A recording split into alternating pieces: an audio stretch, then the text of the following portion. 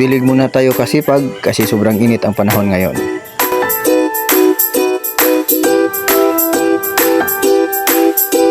Huwag niyong hayaan na matuyo yung pananim ninyo dahil sa sobrang init.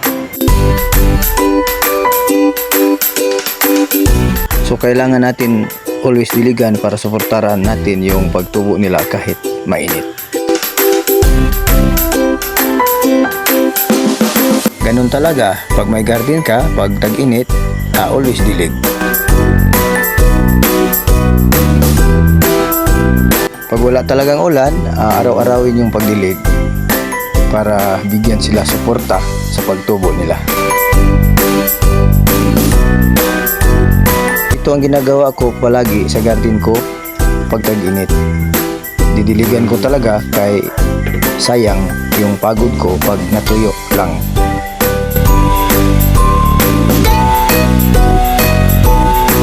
O, ganun lang kasimple. Bigyan mo lang pansin kahit konting time yung garden mo, manatili yan na strong always ang pagtubo nila.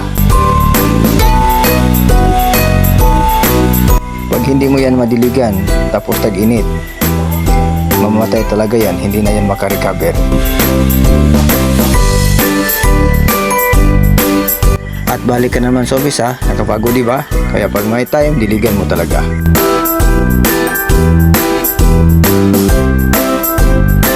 Kasi sarap mamitas ng gulay pag pinapawisan mo. Huwag kang matakot magdilig kasi sayo man yan.